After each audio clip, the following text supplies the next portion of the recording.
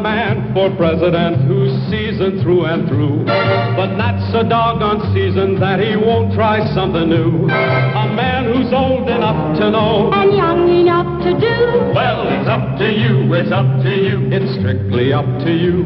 Do you like a man who answers straight, a man who's always fair?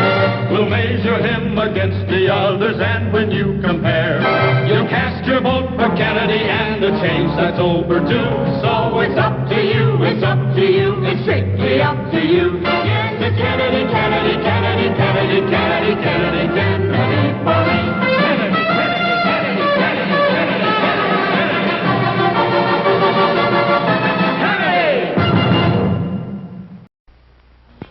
Queridos amigos, les habla la esposa del senador John F. Kennedy, candidato a la presidencia de los Estados Unidos.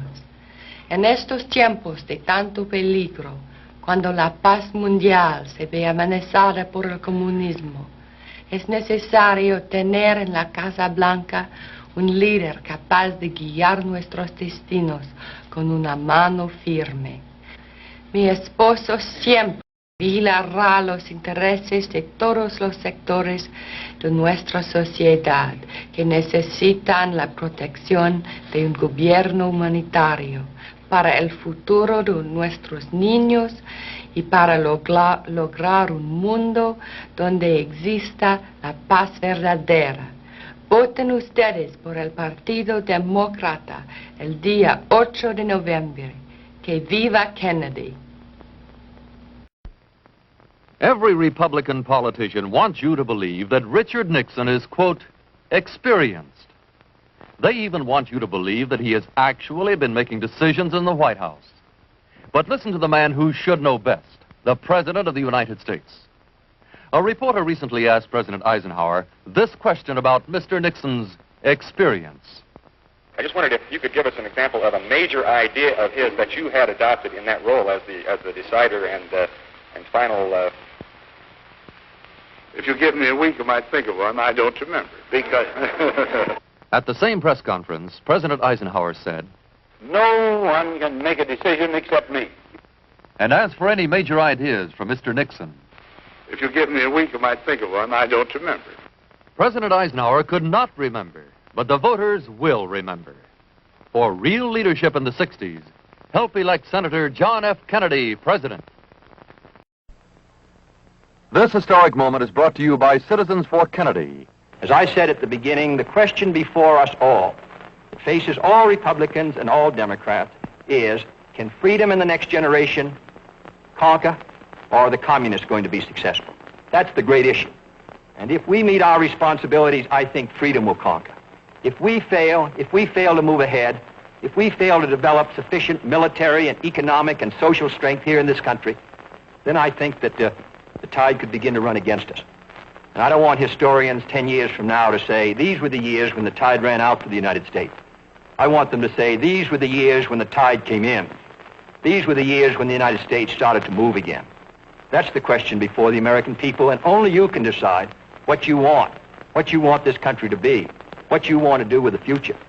I think we're ready to move, and it is to that great task, if we're successful, that we will address ourselves. This is the Sills family. Recently, John F. Kennedy visited the Sills. Mr. and Mrs. Sills are facing one of the great problems that all American families are now facing, and that is the great increase in the cost of living.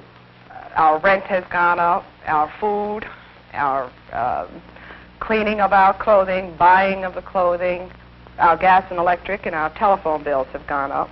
What's been your experience, Mrs. Sills, as far as keeping those two daughters of yours going? We're very concerned with their future. We would like both of them to go to college. Have you been able to put much aside? No, unfortunately, not right now. One of the things which I think has increased the cost of living has been this administration's reliance upon a high interest rate policy. My own judgment is that we're going to have to try to do a better job in this field. Yes, we can do better. But to do so, we must elect the man who cares about America's problems. We must elect John F. Kennedy president. Hi, my name is Harry Belafonte. I'm an artist, and I'm not a politician. But like most Americans, I have a great interest in the political and the economic destiny of my country. I'm seated here with Senator Jack Kennedy. As a Negro and as an American, I have many questions, and I'm sure everyone does, about civil rights, about foreign policy, about the economy of the country, and about things that'll happen. And I want to make it very clear, Harry, that on this question of equality of opportunity for all Americans, whether it's in the field of civil rights, better minimum wages, better housing, better working conditions, jobs, I stand for these things. The Democratic Party under Franklin Roosevelt stood for them. I'm voting for this, Senator. How about you? Vote for a leader like Roosevelt. Vote for John F. Kennedy for president. Here is President Eisenhower's decision on who is best qualified to follow him in the White House. Dick Nixon is superbly experienced, maturely conditioned in the critical affairs of the world.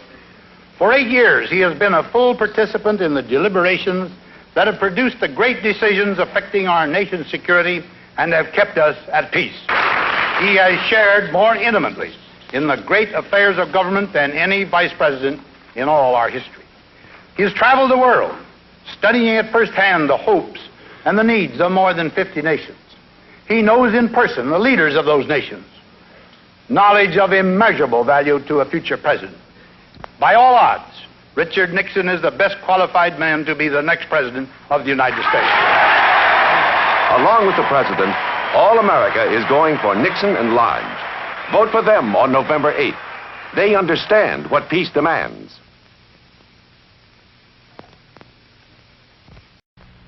Mr. Nixon, what is the truth? Can we continue to have peace while Khrushchev is trying to stir up the whole world against us? Well, the truth is that we must continue to have peace. And we can if we continue to show firmness and strength to the communist world. Khrushchev is a cold, hard, ruthless man. He feeds upon weakness and doubt. And we must never make the mistake of letting him think we are weak. We must show him we are strong, economically and militarily, that we will not be coerced, that we will not tolerate being pushed around.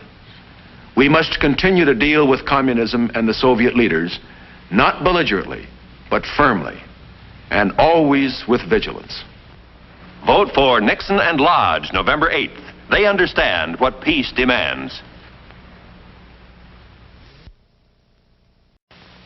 What is the most important issue confronting the American people in this election campaign? There's no question about the answer that I have found in traveling all over this nation. Above everything else, the American people want leaders who will keep the peace without surrender for America and the world. Henry Cabot Lodge and I have had the opportunity of serving with President Eisenhower in this cause for the last 7.5 years. We both know Mr. Khrushchev. We have sat opposite the conference table with him. We know what peace demands. We will keep America the strongest nation in the world, and we will couple that strength with firm diplomacy. No apologies, no regrets. Always willing to negotiate for peace, but never conceding anything without getting a concession in return. Vote for Nixon and Lodge, November 8th. Ladies and gentlemen, here is Ambassador Henry Cabot Lodge. My fellow Americans, our responsibility is great. We must remain strong so that no nation will ever dare attack us. We must lead by our example, bringing about equality here at home, as the Declaration of Independence promised, so as to guarantee that the promise of the American Revolution, and not the menace of the Communist Revolution, will be the way of the future. This is the time for judgment, for dedication, but above all for experience and talent in high places. The next president must have all of these qualities, as does my running mate, Richard Nixon. Vote for Nixon and Lodge, November 8th. They understand what peace demands.